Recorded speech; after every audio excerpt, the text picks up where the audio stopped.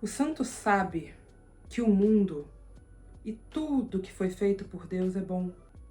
Então, talvez aqueles que não são santos possam até pensar que existem coisas que não são também santas. Mas aos olhos dos santos, toda beleza é sagrada. E as mãos santas destes santos consagram tudo que eles tocam para a glória de Deus. Ele não é ofendido por nada e não julga ninguém, simplesmente porque ele sabe que a misericórdia de Deus está na terra para trazer misericórdia a todos os homens. Olá, peregrinos! Vamos para mais um vídeo da jornada?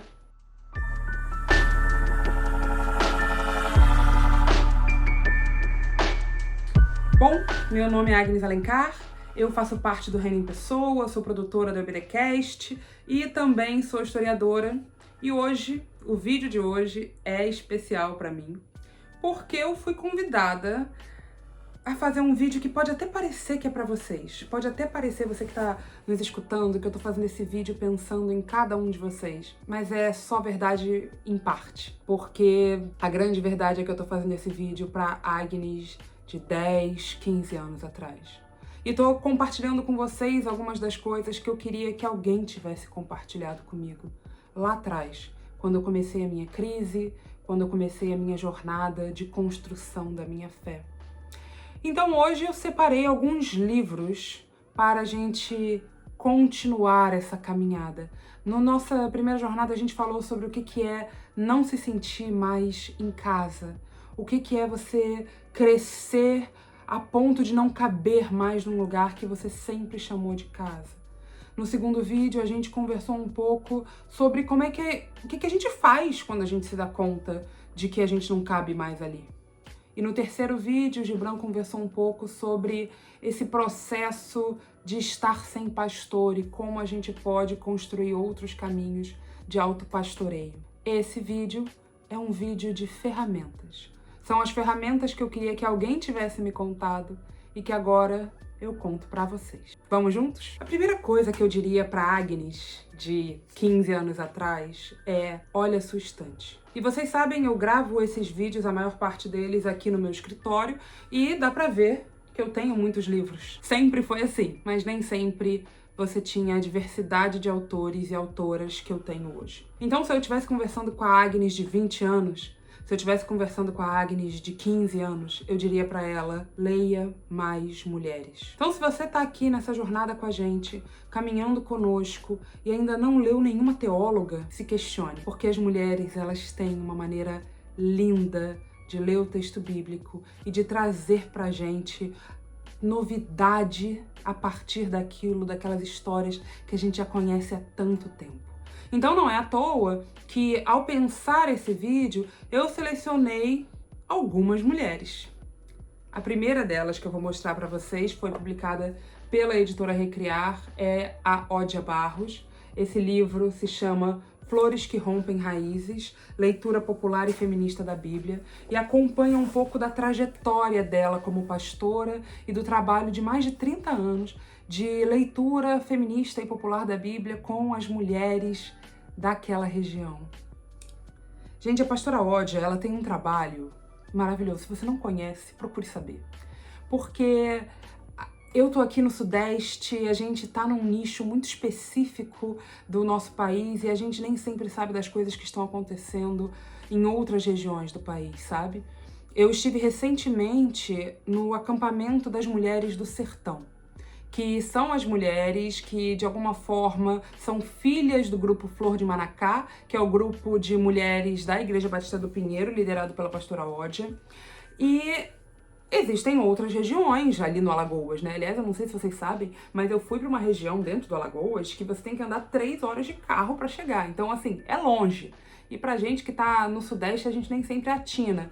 A gente foi para um lugarzinho chamado Batalha, perto de Jacaré dos Homens. E aí, lá eu conheci mulheres de vários povoados ali que estão construindo leitura feminista da Bíblia popular E, gente, que coisa linda ouvir como essas mulheres, essas nossas Jael do nosso tempo, têm construído outras possibilidades de vida e de leitura a partir do texto bíblico. Esse mesmo texto que é usado tantas e tantas vezes para subjugar as mulheres, para dizer que elas devem ficar em silêncio, você vê como essas mulheres se apropriam desse texto e dessa força feminina para fazer outras construções. Isso não é novo. Isso está acontecendo há 30 anos. Tem 3 décadas que tem essas mulheres pensando e produzindo coisas lá em Maceió. Mas, Agnes, então tem 30 anos a teologia feminista? Não. A gente tem teologia feminista lá desde a década de 60, construindo coisas lindas. Eu separei aqui mais um livro que eu queria mostrar para vocês. A Ivone Gebara tem vários livros, tá? Ela é uma autora muito Ela é uma autora muito... Ela escreve muito. Esqueci, gente, a palavra. Esse daqui é um dos meus favoritos. É fininho, ó. Só encontra em sebo, comprei na estante virtual.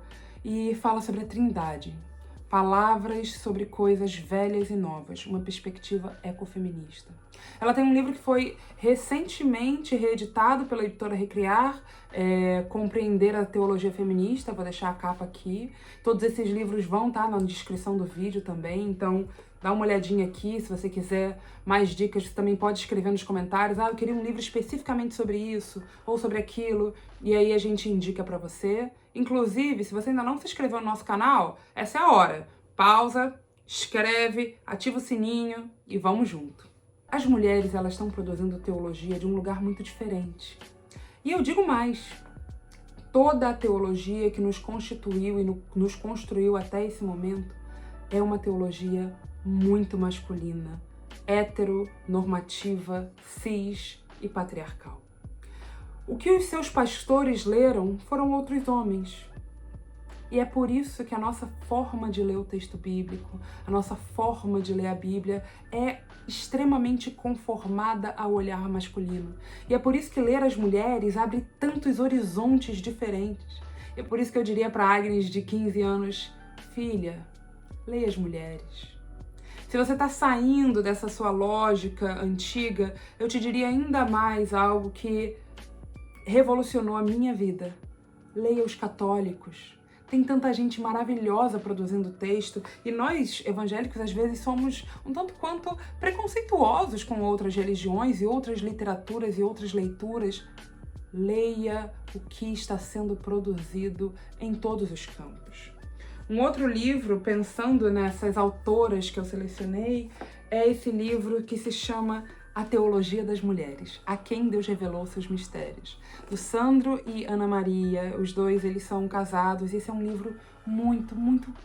Gente, é delicioso esse livro, porque ela vai pegando várias e várias mulheres e vai pensando como é que a teologia está sendo feita ali a partir delas, a partir dessas mulheres, ok? Então, o primeiro conselho seria esse. Leia as mulheres.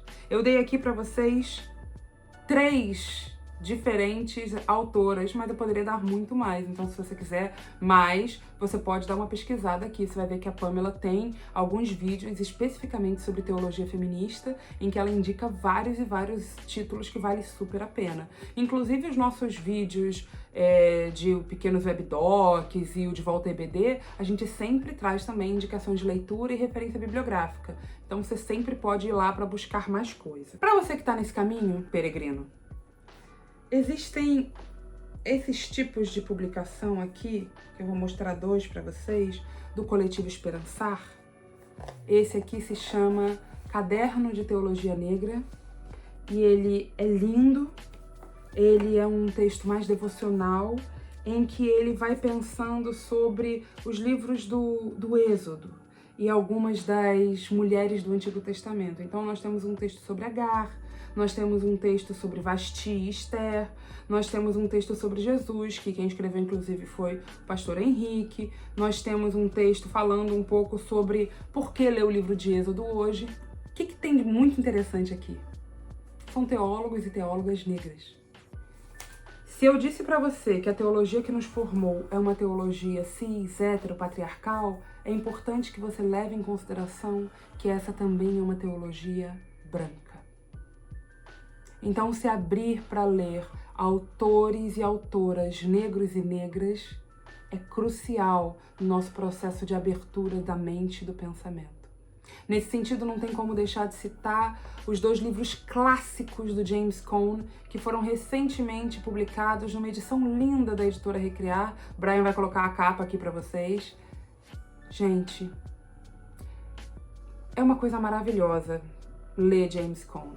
Melhor do que isso, só ler as mulheres negras, que adicionam ainda mais camadas a essa questão, a esses problemas. Recentemente saiu pela editora Vozes um livro da Cleusa Caldeira, organizado por ela pensando justamente isso. Teologia negra, feminista, produzido por mulheres. Então, vale a pena também você dar uma olhada, seguir a Cleusa, saber quem ela é, conhecer os textos que ela tem. Uma outra mulher que eu não citei aqui porque não peguei nenhum livro dela ali porque estão todos nesse momento em uso, mas que eu não posso deixar de citar é a Nancy Cardoso.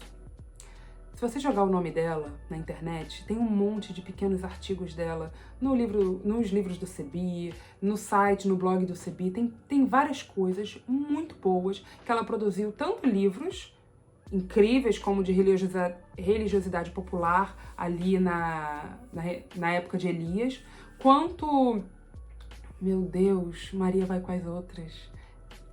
Esse livro a gente encontra o PDF. Se você quiser, eu te dou esse PDF, mas leia esse livro. Esse é um livro que, nossa, me convidou para tanta coisa. Como eu queria ter lido esse livro na minha BD, com 15 anos. Talvez você que está me ouvindo aqui agora possa ler esse livro mais cedo do que eu li. Maria vai com as outras. Voltando ao Coletivo Esperançar, eles lançaram recentemente essa revista Bendiga, que você pode baixar online, tá? Os conteúdos do Esperançar você pode baixar online. E essa revista aqui, ela é especialmente pensada por teólogos e teólogas LGBTQIAP+. Ela foi organizada e curadoreada pela Ana Esther, que tem esse outro livro aqui que eu indico pra vocês, que é 10 Mandamentos, editado pela editora Metanoia. Essa revista aqui te convida a ler os textos de terror. Agnes, quais são os textos de terror? Depende. Se você é mulher, tem alguns textos de terror, alguns que mandam você ficar calada, alguns que dizem que você não pode estudar, e que você, quando lê fora de contexto, pode ser bastante devastador e destruidor. Para pessoas LGBTQIAP+, existem também outros textos de terror.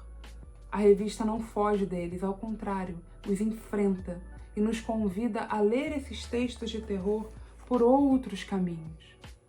Se você é uma pessoa LGBTQIAP+, se você é uma pessoa queer, se você é uma pessoa que não está dentro da caixinha cis-heteronormativa, leia teólogos queers.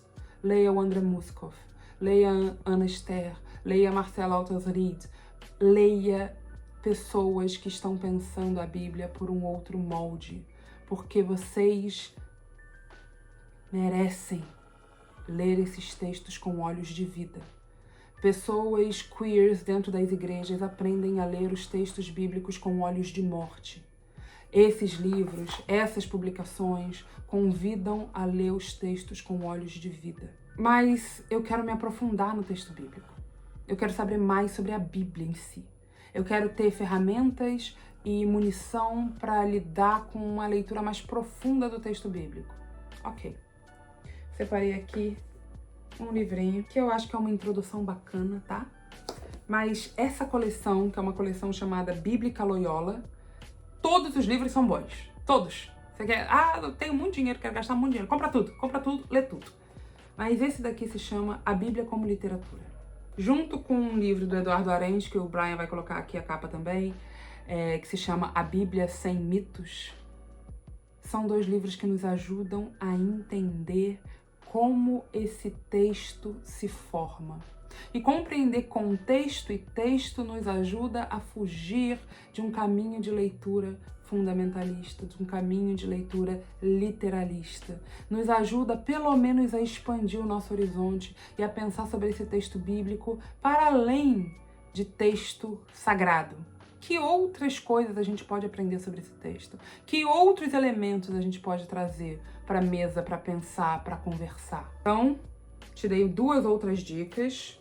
A Bíblia como literatura e A Bíblia Sem Mitos, de Eduardo Arens.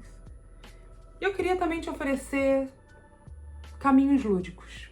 Talvez um dos livros que mais tenha gerado em mim crise e transformação, porque a crise pode ser um caminho de transformação, foi este livro aqui, O Hibisco Roxo, da Chimamanda Ngozi Adichie. Ela é uma escritora nigeriana e esse livro nos leva a pensar sobre a trajetória de uma menina, uma jovem, e a relação dela com a sua família. E não existem palavras para dizer o quanto esse livro me transformou, o quanto esse livro mudou a minha forma de ver Deus, de pensar religião, de pensar o lugar da religião, o lugar da família. Leiam. Leiam e me contem. E tem aqui uma paixão antiga. Pensei se falava dela ou não. E decidi falar. Esse aqui se chama As Crônicas de Nárnia, do C.S. Lewis. E talvez você esteja se perguntando, uai, mas a Agnes trouxe tanta coisa diferentosa, a Agnes falou de ler mulheres. O que ela tá fazendo citando um autor branco, inglês, homem? Gente, pra mim As Crônicas de Nárnia foi uma porta para adentrar um outro universo possível, de um outro Deus possível. Tem um trecho, se você já viu o filme das Crônicas de Nárnia, você sabe que são 4 irmãos, Edmundo, Lúcia, Susana e Pedro, e que o Edmundo, ele chega em Nárnia junto com a Lúcia, mas primeiro, e conhece a Feiticeira Branca. E a Feiticeira Branca seduz o Edmundo para que ele entregue os segredos em troca de manjar turco. Um doce, que inclusive é muito sem graça. Não sei se você já comeu manjar turco, mas é muito sem graça. E aí, quando é descoberta essa traição, Aslan precisa fazer alguma coisa. Quem é Aslan? O leão da capa. Este leão. Quando ele vai fazer alguma coisa, ele escolhe trocar de lugar com o Edmundo. O Edmundo teria que ser morto pela sua traição, mas Aslan escolhe trocar de lugar com o Edmundo. E ele não conta pra ninguém o que vai acontecer. Mas à noite ele sai do acampamento e vai em direção à mesa de pedra, que é onde ele combinou com a Feiticeira Branca que ela o encontraria. No caminho, ele ouve o barulho dos passos da Susana e da Lúcia. E aí ele chama elas e ele fala: venham comigo, vocês podem caminhar comigo até uma parte. E aí ele pede para elas colocarem a mão na juba dele. E o autor escolhe dizer que ele precisava sentir que não estava sozinho. Aslan, nesse livro, é a representação de Jesus.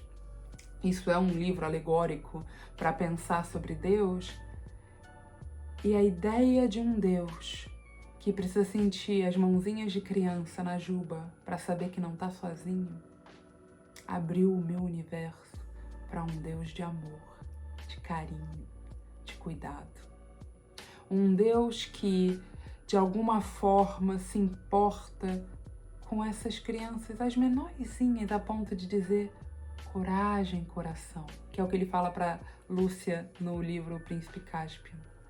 Coragem, coração. Um Deus que se importa a ponto de dizer: no mundo de vocês eu tenho outro nome. E aí eu, numa época que estava pesquisando muito mais profundamente as Crônicas de Nárnia, me deparei com uma correspondência do C.S. Lewis em que uma mãe escreve para ele falando: eu tenho um problema, porque o meu filho adora o Aslan, mas ele não gosta de Jesus. E aí o C.S. Lewis responde: olha, quando eu escrevi esse personagem, eu escrevi esse personagem com todas as características de Jesus. Talvez seja uma questão de pensar qual Jesus a igreja está apresentando para o seu filho, para que ele não goste desse Jesus e goste do Aslan. Vê que beleza? C.S. Lewis foi cooptado por alguns grupos mais conservadores, o que eu acho simplesmente um disparate. O homem escreve uma fábula com animais falantes, Papai Noel, faunos, e aí o povo agora tá chamando ele de conservador, né? E aí tira os textos dele de contexto, blá, blá, blá, blá, blá. A gente pode ficar aqui falando para sempre das Crônicas de Nárnia. Existe uma coisa muito bonita da fantasia, de dar nome a coisas que nós não conseguimos nomear. Então, às vezes, um dos caminhos de abertura do nosso pensamento pode ser esse caminho da ficção, pode ser esse caminho da alegoria, da poesia. A primeira coisa que eu li para vocês nesse vídeo foi um trechinho deste livro aqui, que se chama Sementes de Contemplação, de um autor chamado Thomas Merton, um padre. E esse é um dos livros mais bonitos que eu já li na minha vida. Eu comprei ele num sebo por R$2, porque me chamou a atenção. Sementes de Contemplação. E eu li esse livro como quem lê uma devocional, uma página por dia. Então, se você precisa de um pouco de respiro, de fôlego, de contemplação, eu te recomendo que você leia o Thomas Merton.